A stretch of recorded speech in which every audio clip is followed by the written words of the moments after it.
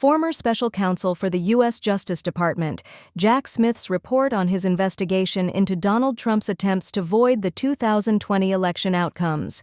The report wholly describes that the president-elect's criminal efforts to retain power was made public by Attorney General Merrick Garland. In the report, Smith wrote, "But for Trump's election and forthcoming return to the presidency, his office assessed that the admissible evidence was adequate to obtain and sustain a conviction at trial." The more than 130-page report details Trump's attempt to rig the 2020 election in great, if mostly known, detail. It was sent to Congress and made public early Tuesday after a court order prohibiting its release ended at midnight. Without reservation, Smith's team declares that they think Trump made a criminal attempt to thwart the people's will and annul the election results. The report reads, "When it became evident that Mr. Trump had lost the election and that legal means of contesting the election outcomes had failed, he resorted to a series of criminal efforts to retain power, as set forth in the original and superseding indictments."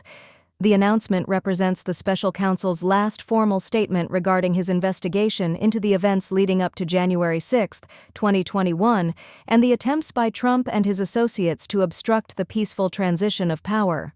Trump's efforts to rig the 2020 election are factually recounted in the study, along with his pressure on state officials, fake electors plan, pressure on the vice president, and the sixth JAN spell on the U.S. Capitol by Trump's followers. It basically reflects the historic federal election subversion charge Smith filed against Trump in 2023, revised in 2024 following the Supreme Court's decision to provide immunity, and then dropped following Trump's election triumph in November.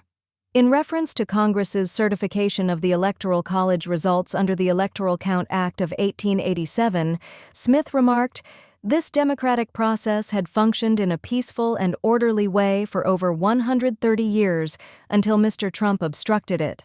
However, as the inauguration date approaches on January 20th, their judicial maneuvers delayed its release and disrupted the department's intentions to issue Volume 2 of the report, which deals with the examination of classified documents. Garland had intended to let a very small group of lawmakers see that part of the report behind closed doors, but he does not plan to make it public. However, U.S. District Judge Aileen Cannon issued an injunction prohibiting him from disclosing that volume to anybody outside the department.